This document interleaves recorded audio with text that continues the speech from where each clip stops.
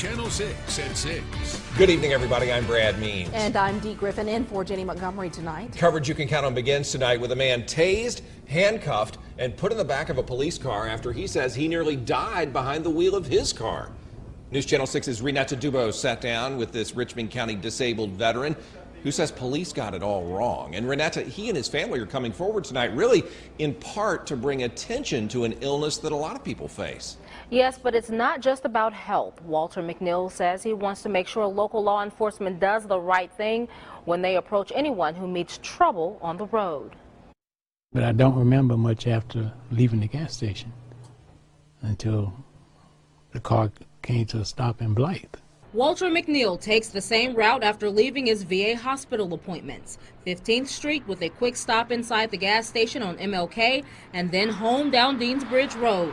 But last Wednesday he missed the Tobacco Road exit that would have led him to his Hepzibah home. I must have drove from there past where I always get off at and ended up way out there in Blythe. Blythe police captured the incident though on this dashboard camera. And from their vantage point, the 62-year-old could be seen in his car driving erratically. All I know, I'm riding. I don't even know how or whatever. I couldn't stop it. I must have been stepping on the gas. I don't even know.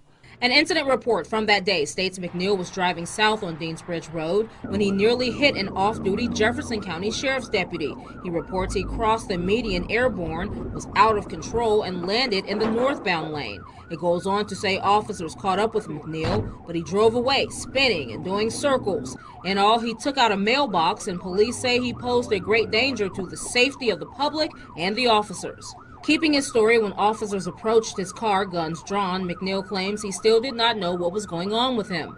3 officers pulled him out of the car and apprehended him.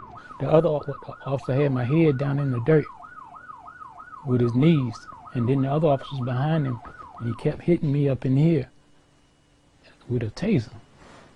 And I was trying to keep still as possible, hoping they would stop. You can see he's visibly flailing like a flounder. His arm, his legs. So what are you tasing him for? Tawana McNeil says what Blythe police didn't know and ultimately learned when a deputy with Richmond County and EMS arrived was that her husband is diabetic. His blood sugar dropped to 30. WebMD reports that range before a meal sits between 70 and 130 for diabetics. McNeil averages 120, but his wife says there's a lesson for her husband and others with diabetes. He should have waited for his wife. He did not. Now, the outcome of all of that is this.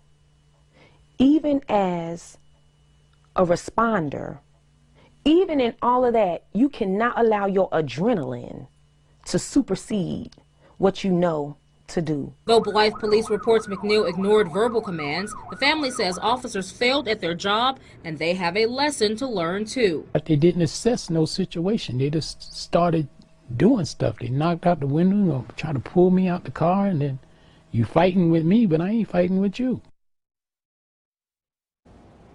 The American Diabetes Association calls a blood sugar reading less than 70 hypoglycemic, and it can cause someone to pass out, have a seizure, or go into a coma. Now, we drove to the Blythe Police Department and mentioned McNeil's incident and the chief, and he immediately said the case has been turned over to Blythe City Attorney Chris Doobie. Now, Attorney Doobie says he reviewed the file and the officers acted appropriately considering the circumstance. Back to you. Renata, thank you.